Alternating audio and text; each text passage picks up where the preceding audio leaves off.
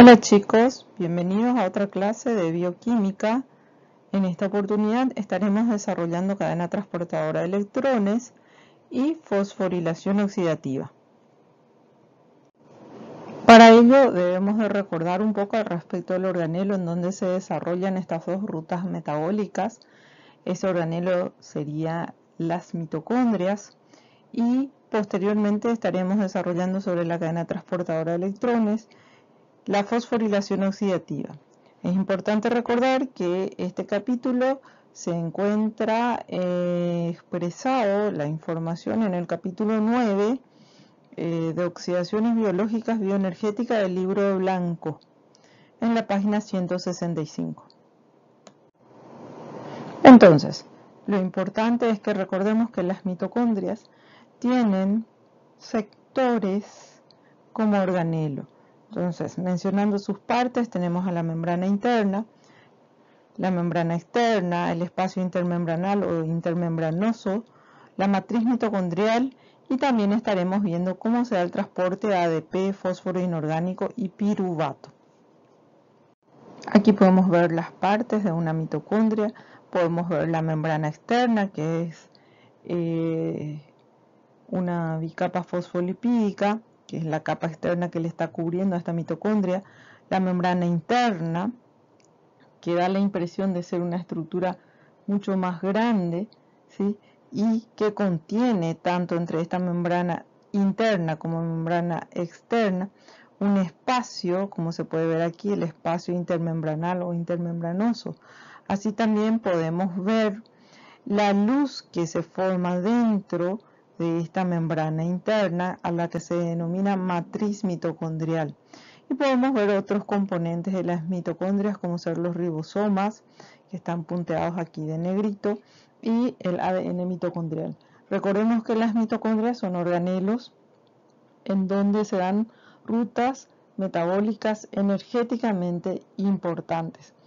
Lo que hoy mencionaremos va a ser al respecto de la transferencia ordenada de electrones que se realizan a través de la membrana interna y así también la captación de energía que se genera por ese flujo de electrones que corren a través de los complejos enzimáticos que se encuentran en esta membrana interna. Tenemos que recordar que el tamaño y forma y número de mitocondrias va a variar dependiendo del tejido que uno esté analizando. Pero la estructura básica, como estuvimos indicando, con su membrana externa, interna, la matriz mitocondrial y el espacio intermembranoso, es básico para todos los organelos mitocondrios. Poseen, como ya dijimos, la membrana externa, que es la que tiene contacto con el citosol, es permeable a los iones y moléculas que tienen una masa pequeña, digamos aproximadamente de 6 kilodaltons. Esta permeabilidad justamente es debido a que en ella existen unos poros y canales que están formados por proteínas que son denominadas porinas, ¿sí? Ya dentro de esta membrana externa y separado justamente de ella está un espacio que se denomina espacio intermembranoso de intermembrana y podemos observar que hay un segundo saco, una segunda estructura que sería la membrana interna. Entre esta membrana interna y la membrana externa, como dijimos, se encuentra el espacio intermembranoso. Ahora, entre membranas internas podemos ver que hay una luz, un espacio denominado matriz mitocondrial o espacio central también, como se le menciona. La membrana interna tiene una permeabilidad muy selectiva. A través de ella solamente pueden pasar agua, CO2, algunos componentes de nitrógeno y algunos compuestos que cuentan con sistemas de transporte. Puede presentar, como vimos, unas cuantas invaginaciones a las que se llaman crestas, ¿sí? Son muy abundantes en las mitocondrias de células con intensa actividad respiratoria. En la membrana interna, la cara que mira hacia la luz, ¿sí?, hacia la matriz, tiene un gran número de formaciones que tienen una especie esferoidal. Son partículas submitocondriales que están implantadas generalmente como un corto componente. La composición de la membrana interna tiene características distintivas, como por ejemplo, ella también está formada por cariolipinas, ¿sí?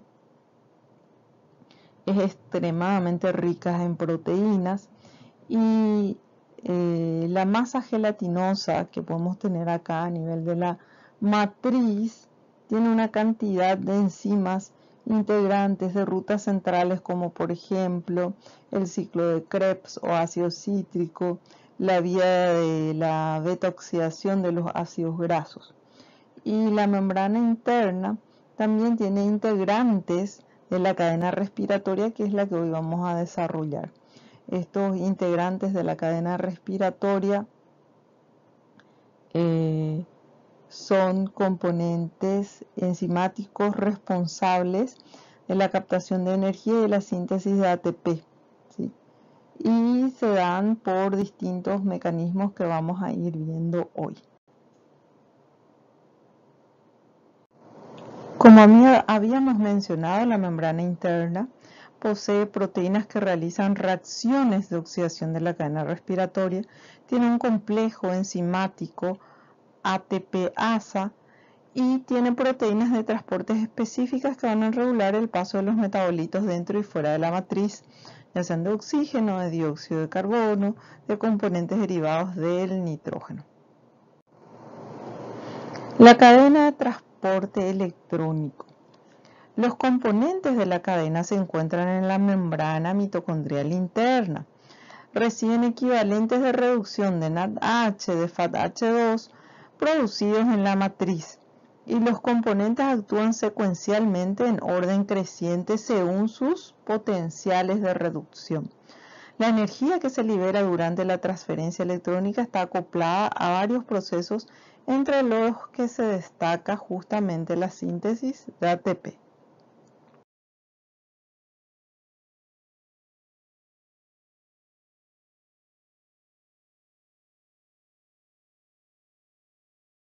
Entonces, una de ellas es el caso de NAD+, como le colocamos aquí, y NADH. NAD+ está hablando de una molécula oxidada y NADH de una molécula reducida. Entonces tenemos acá la presentación de NAD. NAD está formada por una adenina que está enlazada a una ribosa y un grupo fosfato. O sea, un nucleótido tenemos aquí. Y este nucleótido está enlazado de otro nucleótido que tiene su grupo fosfato, su ribosa, y este tiene como enlace la nicotinamida, ¿sí? La nicotinamida deriva del núcleo de pirimidina. Está relacionada con el ácido nicotínico, vitamina que pertenece justamente al grupo complejo B.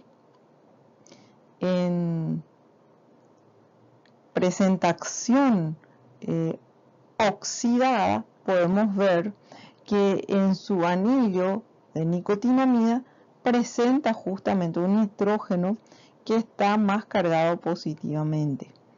Entonces, para poder obtener la formación de NADH, que es molécula reducida, lo que sucede es que se necesitan dos electrones. Uno para equilibrar esta carga positiva y otro que forma parte justamente de lo que sería el átomo de hidrógeno, que va a venir a enlazarse justamente aquí en el anillo de nicotinamida. De esta forma tenemos la presentación de lo que sería un NADH reducido. Así también podemos ver en la siguiente diapositiva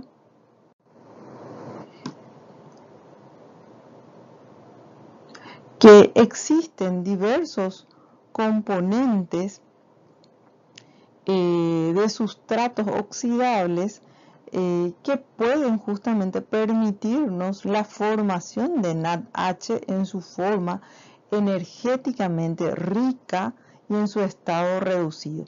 Estos serían piruvato, alfa-cetoglutarato, malato, isocitrato, glutamato y acetilcoenzima A. En la naturaleza, en las células, existen dos coenzimas de este tipo. Uno sería la nicotina adenin dinucleótido y otra es la nicotina adenin dinucleótido fosfato. Podemos verificar que la porción de nicotinamida de la molécula actúa como aceptora de hidrógenos y de electrones, tanto para NADH como para NADP o pH, ¿sí? Uno de los hidrógenos se va a unir justamente en el carbono 4 del anillo de piridina, mientras un electrón del otro hidrógeno se va a fijar al nitrógeno del ciclo. Entonces queda un protón libre en el medio. Las deshidrogenasas ligadas al NAT y al NADP no forman parte de la cadena transportadora o respiratorias. Se encuentran en la matriz mitocondrial. La coenzima NAT reducida lo que hace es ceder equivalentes de reducción al primer aceptor de la cadena transportadora de electrones. Y de esta forma podemos ver cuando NADH cede esos electrones e hidrógeno y queda en su forma oxidada. Existen también deshidrogenasas que están unidas a NAD y a NADP en el citosol, pero como la membrana interna de las mitocondrias no es permeable a los nucleótidos de adenina, y de estos están formados en este caso NADH y NADPH, entonces como estos se habían formado en el citosol, no van a poder ceder sus hidrógenos a la cadena.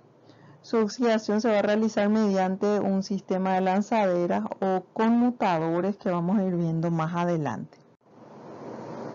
Ahora veremos el grupo de flavoproteínas. Estas tienen una flavina como grupo prostético, ¿sí? Podemos ver que FAT o FMN tienen representaciones de, en realidad, una palabra mucho más extensa. Cuando hablamos de FMN estamos haciendo referencia a flavina mononucleótido.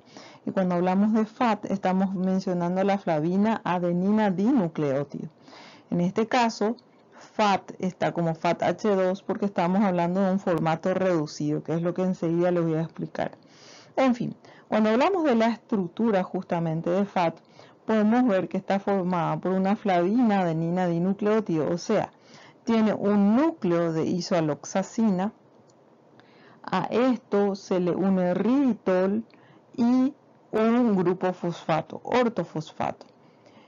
Los componentes justamente de FMN más otro nucleótido, como podemos ver aquí, del tipo AMP, serían los que se unen al grupo fosfato del FMN por un enlace pirofosfato para finalmente formar lo que se conoce como FAT. Aquí podemos ver la presentación de la composición de un FAT y de un FMN. Vemos la estructura de la riboflavina, que dijimos que es componente del complejo de la vitamina B, con su componente estructural. Cuando se le suma un grupo fosfato, entonces asumimos que la riboflavina más ese grupo fosfato sería la estructura del FMN, o sea, flavina monofosfato. Y cuando a esta riboflavina más el grupo fosfato se le une un AMP, entonces forma la estructura de FAT. Aquí podemos ver un poquito más detallado la estructura de FATH2 con su núcleo de isoaloxacina y la porción de ribitol que habíamos mencionado. Aquí podemos ver el ataque justamente del hidrógeno con sus electrones al núcleo de isoaloxacina, en donde rompe enlaces de estos anillos para poder dejar de la estructura FAT como molécula pobre energéticamente en estado oxidado, poder pasar a FATH2, molécula rica energéticamente en estado reducido. De todo esto, ¿qué es lo que nos va a interesar? Lo que nos interesa es su núcleo de isoaloxacina, que es el que podemos ver aquí, que es justamente el componente aceptor de hidrógenos con sus electrones, en donde cuando acepta dos hidrógenos en su estructura, hablamos de que la flavina está de forma reducida, y es cuando mencionamos como FATH2, y cuando está sin esos hidrógenos y electrones, mencionamos la presentación de FAT, molécula energéticamente pobre. Otro componente que veremos aquí será la coenzima Q, o también como le llaman Q10. El nombre que también recibe es el de ubiquinona por su naturaleza química y por la ubicuidad en los sistemas biológicos. Ella tiene un núcleo de benzoquinona, ¿sí?, con una larga cadena que está formada por lo menos por 10 unidades de isopreno, en un total de más o menos 50 carbonos. Estas estructuras podemos encontrar tanto en su forma oxidada como en su forma reducida. La coenzima Q sería el único aceptor de la cadena respiratoria que no está unido a proteínas.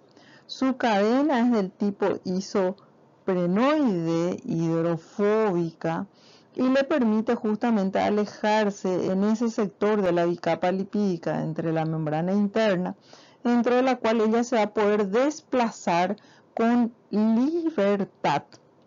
Entonces se menciona que la coenzima Q es un portador móvil de electrones.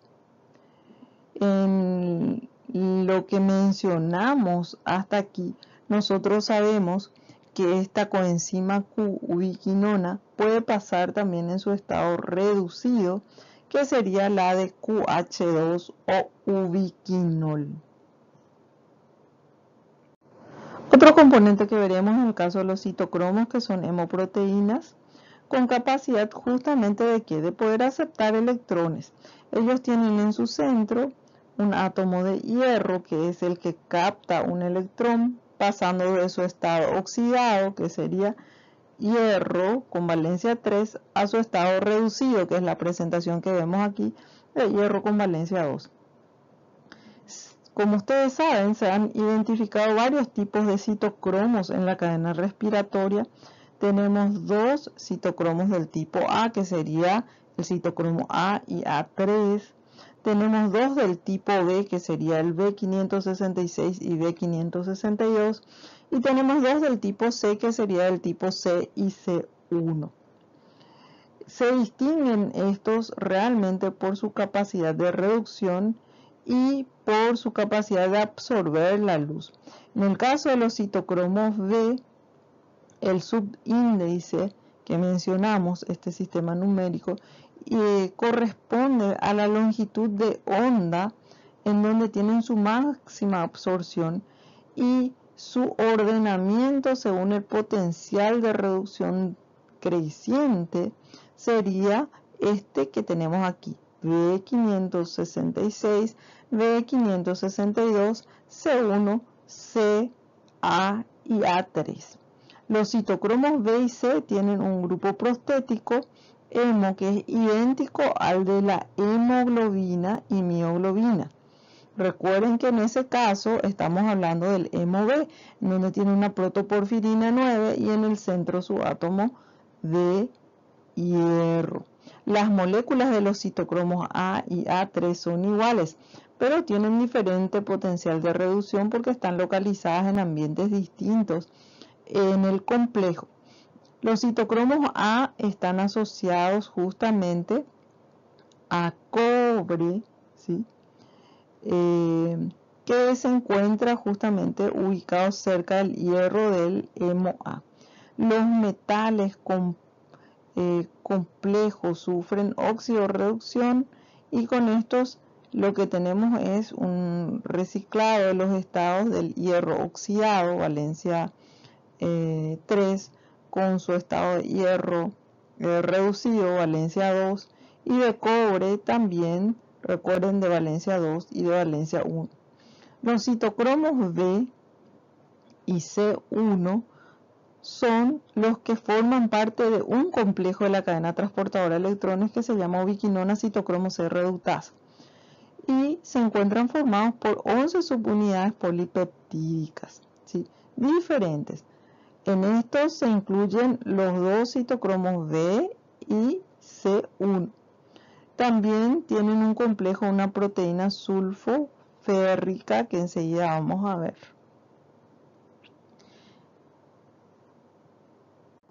Aquí podemos ver los complejos que forman parte de la cadena respiratoria o cadena transportadora de electrones. Tenemos al complejo 1, que se le puede llamar NADH, ubiquinona reductasa, o también se la llama NADH deshidrogenasa, ¿sí? Es la que recibe los componentes del NADH. El complejo 2, que también se le denomina succinato ubiquinona reductasa. En este caso el complejo 2 posee un grupo prostético, ¿sí?, con 3 centros ferrosulfurados, y tanto el complejo 1 como el complejo 2 trabajan con la coenzima Q denominada ubiquinona, ¿sí? Este complejo, esta coenzima Q recibe los electrones justamente del complejo 1 complejo 2 y lo pasa al complejo 3. El complejo 3 se denomina ubiquinona citocromo C reductasa, ¿sí?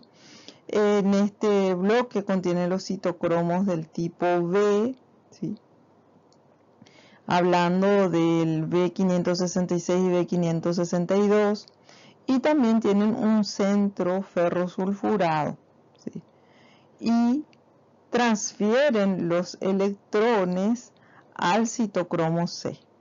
El complejo 4 se denomina citocromo oxidasa y en él están incluidos los citocromos A, A3, ¿sí?, y 2 iones de cobre, ¿sí? Para comprender la cadena transportadora de electrones es importante mencionar que la conversión de energía oxidativa es la que va a dar lugar a la formación de ATP. Y tenemos en esta acción el bombeo de protones, el gradiente electroquímico, la utilización de la energía, y recuerden que esto es como una tabla de cambios. Y el cambio dice que NADH equivale a 3 ATPs aproximadamente. Si queremos ser más exactos, tenemos que mencionar que no son 3, sino que son 2,5. Y FADH2 en la tabla de cambios se maneja como 2 ATPs aproximadamente. Si queremos ser más exactos, diríamos que no es 2, sino que se utiliza o produce 1,5 ATPs. Entonces, la cadena transportadora de electrones comprende dos procesos. Uno, los electrones son transportados a lo largo de la membrana de un complejo de proteínas transportadoras a otro. 2. Los protones son traslocados a través de la membrana desde el interior o matriz hacia el espacio de intermembrana de la mitocondria.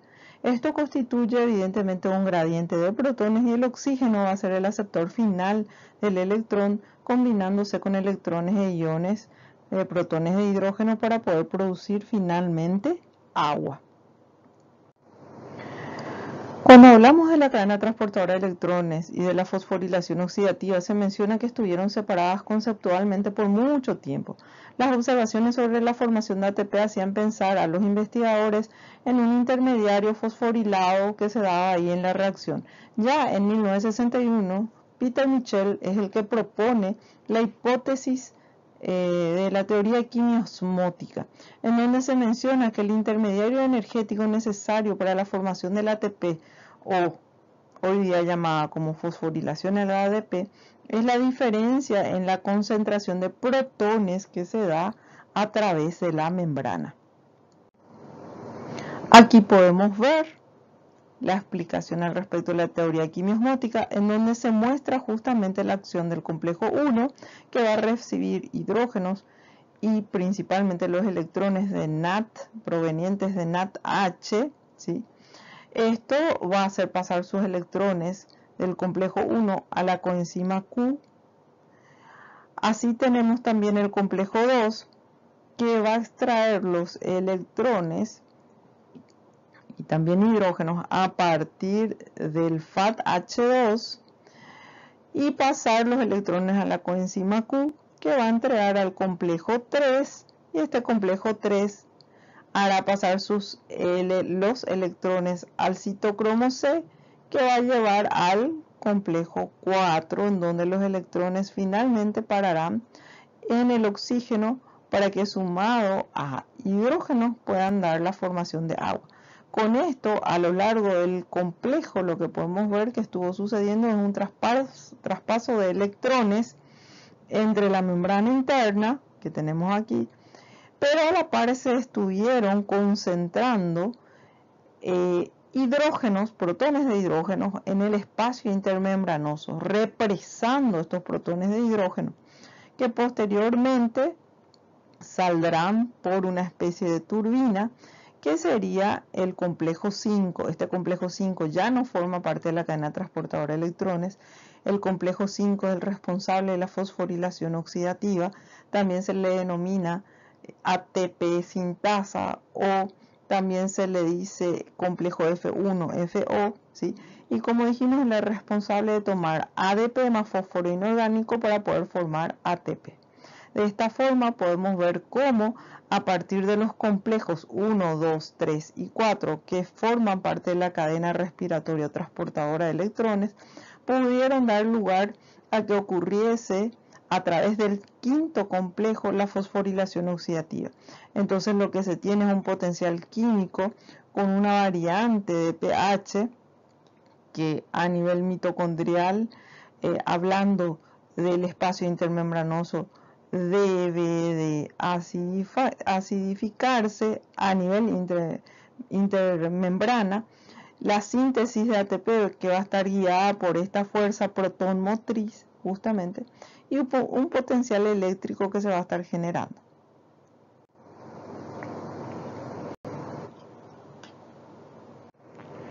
Bien, empecemos explicando al respecto del complejo 1 NADH deshidrogenasa o NADH ubiquinona reductasa. El complejo 1 lo que hace es catalizar la transferencia de dos electrones a partir de NADH hasta la coenzima Q o ubiquinona. Por eso, cuando mencionamos el nombre en forma sintética, decimos que el complejo 1 es NADH ubiquinona reductasa, ¿sí? Haciendo referencia a quienes forman parte de esta reacción. Esta es una enzima muy complicada porque justamente en su estructura tiene componentes como FMN y proteínas ferrosulfuradas. Entonces lo que tenemos es que las moléculas de NADH que están en la superficie interna de la membrana van a donar electrones al complejo 1.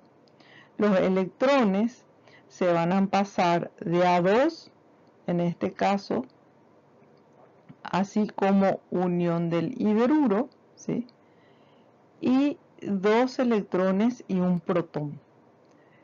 En el primer paso, la transferencia de los electrones, el ion hidruro es para FMN, o sea, flavina mononucleótido, que va a pasar en su forma reducida como FMNH2. A continuación, esta flavina mononucleótido reducida en pasos de A1 va a entregar los electrones transferidos al siguiente agente oxidante, que sería un grupo de hierro azufre, una proteína ferrosulfurada. Posteriormente, este entregará esos electrones a la coenzima Q ubiquinona, que está en forma oxidada, para pasar en su forma reducida. Aquí podemos ver la estructura de las proteínas ferrosulfuradas que interactúan en este proceso. Estas proteínas ferrosulfuradas son muy importantes, se les llama también centros de hierro y azufre. Como podemos ver, poseen hierro no hemínico, es decir, no asociado al hemo, sino que está unido a azufre. Y los más simples poseen solamente un átomo de hierro coordinado, con grupos sulfidrilos de 4 restos de cisteínas en la proteína. En algunos centros hay 2 átomos de hierro unidos a 2 de azufre inorgánico. Y en otros existen 4 átomos de hierro y 4 de azufre inorgánico, que es lo que vemos aquí. Estos átomos de azufre se separan fácilmente, como el ácido sulfídrico, cuando se hace un tratamiento con ácidos fuertes. Estos centros de proteínas ferrosulfuradas también evidentemente se unen a una estructura proteica a través de las cisteínas. Cada átomo de hierro capta un electrón y pasa al estado del estado férrico a ferroso en forma reversible. Estas proteínas sulfoférricas se van a encontrar en muchos complejos de la cadena respiratoria, ¿sí? El complejo 2. El complejo 2 es de succinato ubiquinona reductasa u óxido reductasa. También se le llama complejo de succinato deshidrogenasa. Es la misma enzima que la que se menciona cuando se habla en el caso del ciclo de Krebs. Cataliza una de las reacciones muy importantes porque este complejo 2 acepta electrones que pueden venir justamente de succinato, e igual que el complejo 1, ¿sí?, va a catalizar la reducción finalmente de la coenzima Q. ¿Qué quiere decir eso? Que esos electrones saldrán de succinato para formar FATH2, ellos van a entregar acá sus electrones a las proteínas ferrosulfuradas y estas van a volver a entregar a la coenzima Q, que va a pasar en su estado reducido. El complejo 3, también denominado citocromo C reductasa, ¿sí?, o también se le puede llamar citocromo BC. Esta enzima cataliza la oxidación de moléculas de ubiquinol, ¿sí?, QH2 sería ubiquinol, en la membrana y la reducción de una molécula móvil e hidrosoluble, como en el caso del citocromo C en la superficie externa. El transporte de los electrones a través del complejo 3 se acopla justamente transferencia de protones e hidrógenos a través de la membrana por un proceso que se le llama ciclo Q. Se vieron que las estructuras de los complejos del citocromo BC en muchas especies de bacterias y células eucariotas por medio de cristalografía de rayos X. Este complejo 3 contiene 2 copias de la enzima y está súper fuertemente anclada a la membrana interna por una gran cantidad de estructuras del tipo alfa de sus proteínas en la bicapa lipídica de la membrana interna. La enzima funcional está formada por 3 subunidades principales, haciendo referencia al citocromo C1, ¿sí?, al citocromo B y a las proteínas ferrosulfuradas. Hay otras subunidades en la superficie interna, pero no tienen justamente un papel directo en la reacción de ubiquinol y el citocromo C óxido reductasa. El citocromo C es el aceptor móvil de electrones, se une en la punta de la parte del complejo que está al lado externo de la membrana. En los cloroplastos, por ejemplo, hay complejos muy parecidos donde participan en el transporte de electrones y translocación de protones durante la fotosíntesis. Este sería el complejo 4. El complejo 4, también denominado citocromo C oxidasa, este complejo cataliza la oxidación de moléculas del citocromo C reducido, producido por el complejo 3. En la reacción se incluye una reducción de 4 electrones y también del oxígeno molecular, ¿sí?, que tenemos aquí, que está en forma diatómica, para poder finalmente formar agua. La translocación de los 4 protones a través de la membrana también. Este complejo 4 contiene 2 unidades funcionales de citocromo C oxidasa. En todas las especies del citocromo C oxidasa contiene copias sencillas de subunidades 1, 2 y 3. Las enzimas bacterianas solo contienen una subunidad adicional por cada unidad funcional, y en las enzimas eucariotas tienen hasta 10 subunidades adicionales. La masa total del complejo 4 en los mamíferos es mayor que 400 kilodaltons. Acá lo que tenemos es que en la membrana interna de este citocromo C oxidasa se forma a partir de 3 subunidades conservadas, 1, 2 y 3. Estos polipéptidos son codificados por genes mitocondriales. Y lo que sucede en este caso es que el complejo 4 va a recibir 4 electrones que le traiga el citocromo C, ¿sí? Cuando este citocromo C entregue justamente esos electrones, lo que vamos a tener es que van a ser recibidos por las proteínas formadas con cobre, y estas a través del citocromo A y A3 van a colaborar a que posteriormente reaccionen esos electrones con el oxígeno y con hidrógenos para poder formar agua. Aquí podemos ver un poco el traspaso de los electrones, de los protones de hidrógeno a través de las proteínas que forman parte de la cadena transportadora de electrones. Finalmente podemos ver que la cadena transportadora de electrones lo que estuvo haciendo es que NADH entregase sus electrones e hidrógenos al primer complejo, el complejo 1, FADH2 entregase al segundo complejo, succinato de su hidrogenasa, tanto electrones como hidrógenos, y que el transporte de esos electrones se fueron dando a través de los siguientes complejos.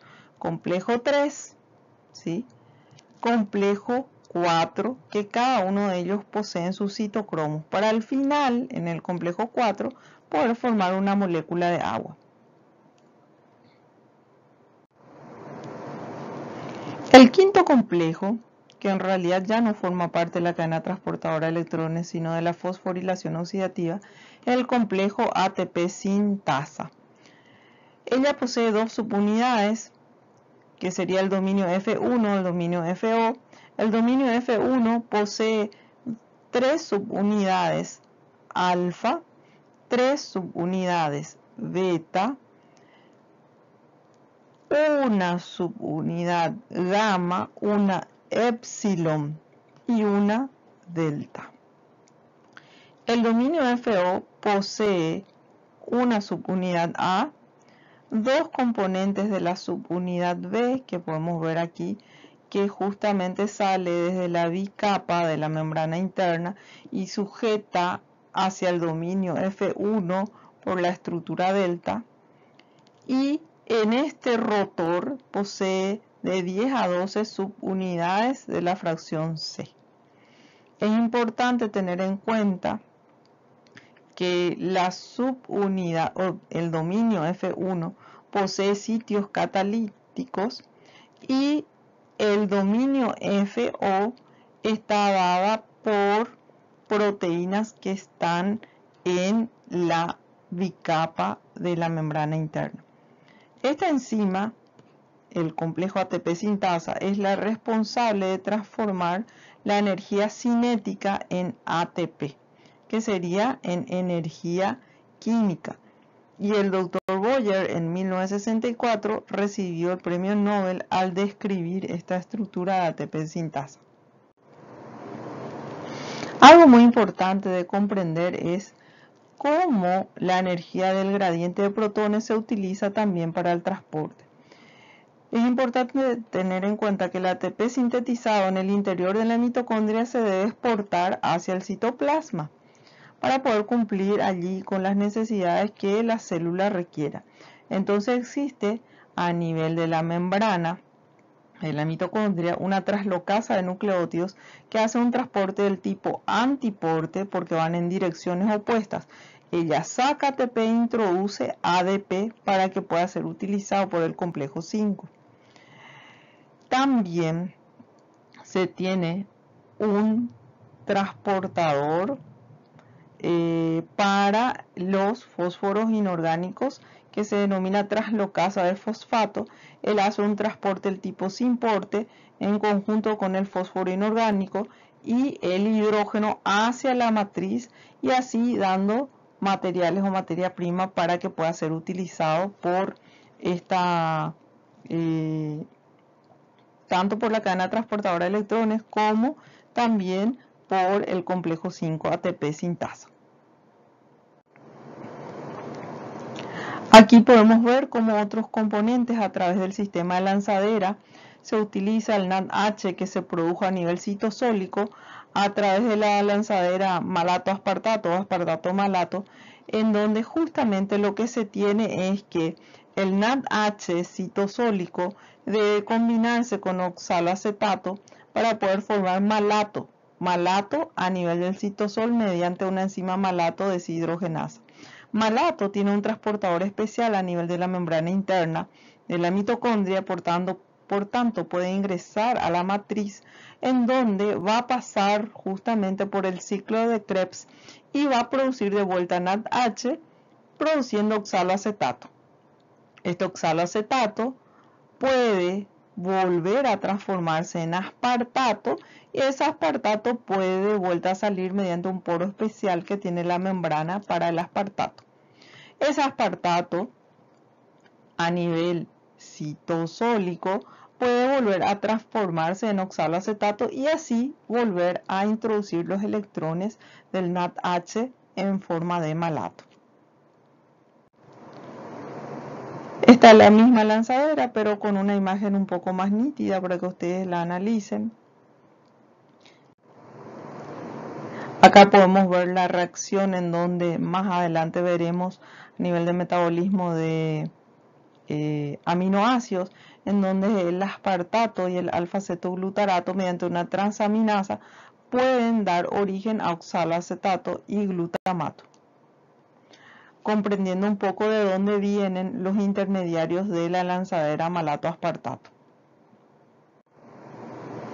Y hay otra lanzadera que es justamente la del glicerol 3-fosfato deshidrogenasa, que es un componente que se encuentra anclado en la membrana interna y que es capaz de tomar a la dihidroxiacetona fosfato, un intermediario de la glucólisis, ¿sí?, y transformarlo en glicerol 3-fosfato utilizando justamente NADH más un protón de hidrógeno. Con esto, introduciendo en su estructura los electrones que posteriormente este glicerol 3-fosfato, pasando por esa enzima que está anclada en la membrana interna, que sería glicerol 3-fosfato deshidrogenasa, puede entregar esos electrones a FAT, que estaba oxidado, y pasar en su forma reducida como FAT-H2, y de esta manera poder intercambiar esos electrones a nivel de la cadena transportadora de electrones. Entonces, el rendimiento final justamente de la fosforilación oxidativa tenemos que el ATP sintasa requiere la translocación de 3 protones de hidrógeno por cada ATP que produce y que el transporte al citosol de fósforo inorgánico ADP y de ATP requiere un protón de hidrógeno. El rendimiento neto sería que 4 protones de hidrógeno transportados por cada ATP sintetizado. Para NADH hablamos de 10 protones de hidrógeno bombeados, y si hablamos de 10 protones bombeados dividido los 4 que habíamos mencionado como rendimiento de ATP, entonces decimos que un NADH genera aproximadamente 2,5 ATPs. Y para FADH se habla de 6 protones de hidrógeno bombeados, entonces dividido la cantidad de hidrógenos necesarios para formar un ATP, tenemos que se generarían 1,5 ATPs, hablando de valores más exactos. Pero a veces por una cuestión de facilidad de cálculo utilizamos números redondeados. En vez de 2,5 decimos que es 3 y en vez de 1,5 decimos que es 2 para FADH. Existen inhibidores. Estos inhibidores pueden afectar diferentes complejos, como el caso de la rotenona en el complejo 1, amital en el complejo 1, antimicina A en el caso del complejo 3, cianuro en el complejo 4, monóxido de carbono también en el complejo 4, igual que la acida también para el complejo 4. Esa inhibición del transporte electrónico se puede dar como inhibidores de la fosforilación, que son los que inhiben la síntesis de ATP directamente del transporte de electrones, los desacoplantes, que van a inhibir la síntesis que van a impedir la síntesis de ATP, pero no van a inhibir el transporte de electrones. Entonces se habla de que actúan como ionóforos, eliminando el gradiente de protones. Y tenemos los inhibidores de la translocasa, que van a inhibir la entrada de ADP y la salida de ATP desde la mitocondria. Así tenemos la presentación de cómo justamente actúan estos inhibidores y muchos otros, como el caso del azul de metileno o el caso de diclorofenol, indofenol, por ejemplo, a nivel de las proteínas ferrosulfuradas del complejo 3. Algo muy importante que considerar que tenemos es que en el grupo de los inhibidores de la fosforilación le tenemos a la oligomicina, que bloquea el flujo de protones a través del dominio FO, impidiendo la fosforilación. Con esto se inhibe la síntesis de ATP y se acumulan los protones. Con esto se produce una fuerza inversa, deteniendo el transporte de electrones. Y los desacoplantes, que serían compuestos que inhiben la síntesis de ATP pero no bloquean el flujo de electrones. De esta manera lo que hacen es desacoplar la cadena respiratoria de la fosforilación oxidativa. El ejemplo de esto sería el caso del 2,3 dinitrofenol, que transfiere iones de hidrógeno desde el lado externo hacia la matriz, y con esto se anula el gradiente de protones creado por la cadena respiratoria. Aquí se nos explica un poco que todo este proceso de cadena transportadora de electrones y fosforilación oxidativa se está dando a nivel de la membrana interna de la mitocondria. Nos muestran dónde está la mitocondria y cómo otros ciclos se están llevando a cabo dentro de esta matriz mitocondrial, como el caso del ciclo de Krebs, que también guarda relación justamente con la cadena transportadora de electrones. Y acá podemos ver al complejo 5, que sería la turbina, la encargada de estar formando ATP. Así también podemos ver de que existen otras rutas metabólicas, como el caso de la glucólisis, donde la glucosa se transforma en piruvato y que también generan NADH a nivel citosólico, y que estos también pueden ir a parar en la cadena respiratoria. En fin, chicos, hasta aquí llegamos por hoy. Nos vemos hasta pronto. Espero que vayan estudiando un poquito más y que podamos sacar nuestras dudas. Chau, chau.